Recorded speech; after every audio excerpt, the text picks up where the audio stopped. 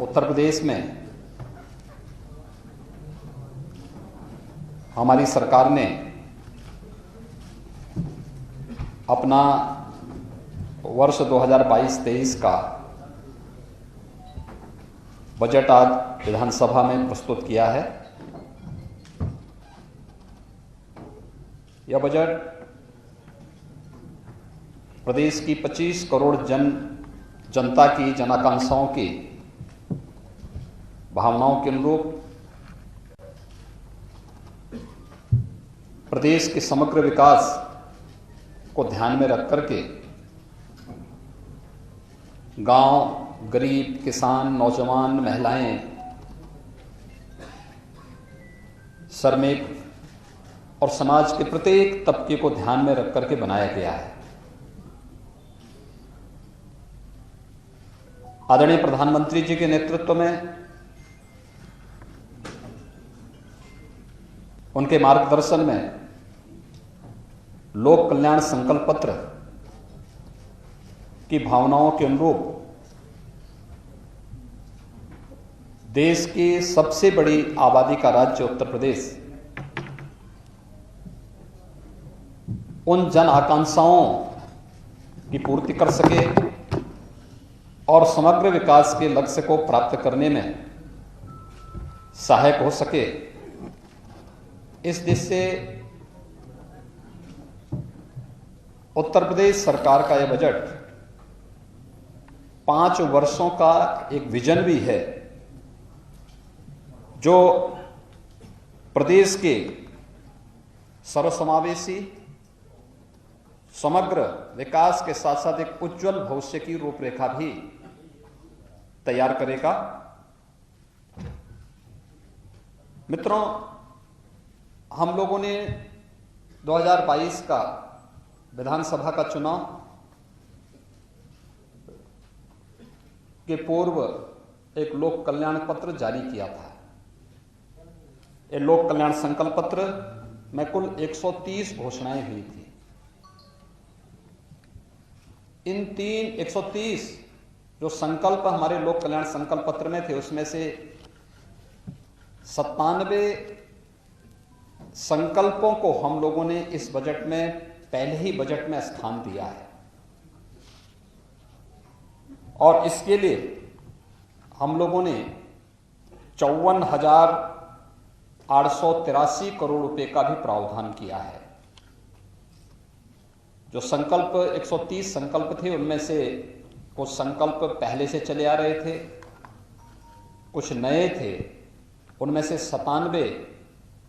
संकल्पों को आज यहां पर इस बजट में स्थान दिया गया है, जिसमें 44 संकल्प नए हैं। इनमें जो प्रमुख घोषणाएं हैं आज के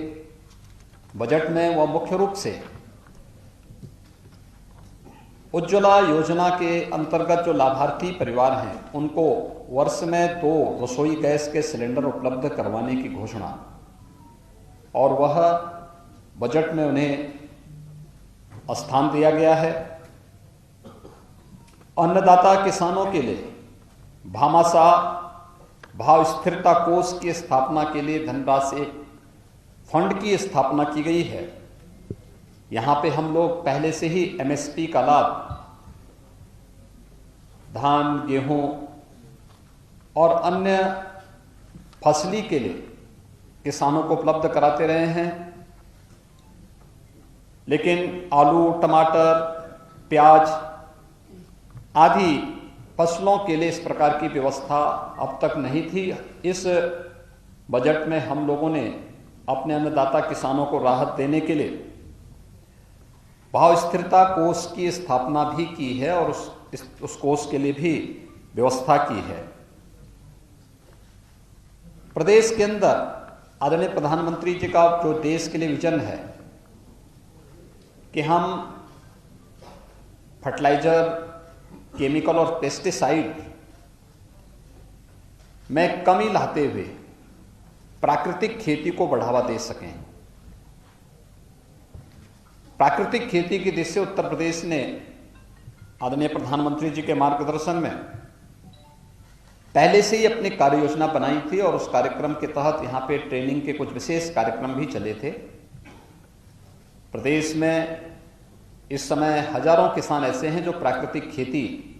के साथ जुड़े हैं। उनके लिए टेस्टिंग लैब की स्थापना भी हर कमिश्नरी स्तर पर हम लोग स्थापित कर रहे हैं। लेकिन अगले 5 वर्ष के लिए संपूर्ण बुंदेलखंड को प्राकृतिक खेती योजना के साथ जोड़ने की कार्रवाई को भी हम लोगों ने इस योजना में लिया है। इससे पहले गंगा के किनारे के जो 5-5 किलोमीटर के दायरे के क्षेत्र हैं, भारत सरकार के साथ मिलकर के इस कार्य योजना को हम आगे बढ़ा रहे हैं। लोक कल्याण संकल्प पत्र में एक और घोषणा हम लोगों ने की थी, वह थी किसानों के लिए सिंचाई की योजना की व्यवस्था अगले 5 वर्ष के अंदर यानी 0 तक पहुंचाना, फ्री में उन्हें सिंचाई की सुविधा उपलब्ध हो सके। इसके लिए हम लोग पीएम कुसुम योजना के अंतर्गत निःशुल्क सोलर पैनल उपलब्ध कराने की कार्रवाई को आगे बढ़ा रहे हैं। 15,000 से अधिक सोलर पैनल की कार्रवाई को इस वित्तीय वर्ष में हम लोगों ने इस बजट का हिस्सा बनाया है, जिसका लाभ हमारे अन्नदाता किसानों को प्राप्त होगा। इसके अलावा प्रदेश के अंदर हम लोगों ने जो अन्नदाता किसानों की दृष्टि से अन्य जो तमाम घोषणाएं की हैं, जो इस बजट में हम लोगों ने इसे स्थान दिया है, जो प्रस्ताव दिए हैं, उसमें एमएसपी का लाभ हमारे अन्नदाता किसानों को प्राप्त हो सके, इसके लिए बजट का प्रावधान सिंचाई की अवशेष परियोजनाओं को आगे बढ़ाने के साथ ही 1000 करोड़ रुपए की लागत से लघु सिंचाई की परियोजनाओं को पूरा करने के लिए भी एक विशेष प्रावधान इसमें दिया गया है। निषादराज बोर्ड सब्सिडी योजना के अंतर्गत नाविकों के लिए नाव खरीद के लिए 40% तक सब्सिडी उपलब्ध करवाने की भी योजना हम लोगों ने इसके साथ ली है। और प्रदेश के अंदर गरीब कल्याण योजना के अंतर्गत एक गरीब कल्याण कार्ड भी जारी करने के लिए संपूर्ण परिवार सर्वेक्षण योजना को भी हम लोगों ने लिया है, जिससे पता लग सके कौन परिवार ऐसा है कि जो योजनाओं में केंद्र और प्रदेश सरकार की योजनाओं से भी वंचित रह गया है और फिर उसके लिए एक स्पेशल स्कीम चलाना है। दूसरा, प्रदेश के अंदर रोजगार के सृजन और स्वरोजगार के सृजन के लिए हर परिवार का एक व्यक्ति सरकारी नौकरी, रोजगार या स्वतः रोजगार के साथ जुड़े, इसके सर्वेक्षण के कार्यक्रम को भी हम लोगों ने इस बजट में स्थान दिया है। एमबीबीएस और पीजी की सीटें पिछले 5 वर्षों के अंदर प्रदेश के अंदर दुगनी हुई हैं। इसको दोगुनी करने के लिए, इसको उससे भी ज्यादा करने के लिए हम लोगों ने बजट में प्रावधान किया है। अयोध्या में इंटरनेशनल एयरपोर्ट की स्थापना करने के लिए भी आवश्यक धनराशि की व्यवस्था इसमें की गई है। प्रदेश के अंदर वे असेवित जनपद जहां पे मेडिकल कॉलेज का निर्माण की कल्पना कोई सोचता भी नहीं था, बिजनौर, कुशीनगर, सुल्तानपुर, गोंडा, ललितपुर, लखीमपुर खीरी, चंदौली, बुलंदशहर, सोनभद्र, पीलीभीत, औरैया, कानपुर देहात, कौशाम्बी और अमेठी, वहां पर भी उसके लिए बजट का प्रावधान इस बजट में हम लोगों ने किया है। बुजुर्ग पुजारियों के लिए, संतों के लिए और उस तबके के लिए जो अब तक उपेक्षित था, एक पुरोहित कल्याण बोर्ड के गठन की कार्रवाई और उसके माध्यम से पुरोहित्य कला को आगे बढ़ाने के साथ साथ उनके समग्र विकास और प्रोत्साहन के लिए भी एक बोर्ड के गठन के कार्यक्रम को भी हम लोगों ने इसमें लिया है। प्रदेश के अंदर युवाओं के लिए खासतौर पर हम लोगों ने स्वामी विवेकानंद सशक्तिकरण योजना प्रारंभ की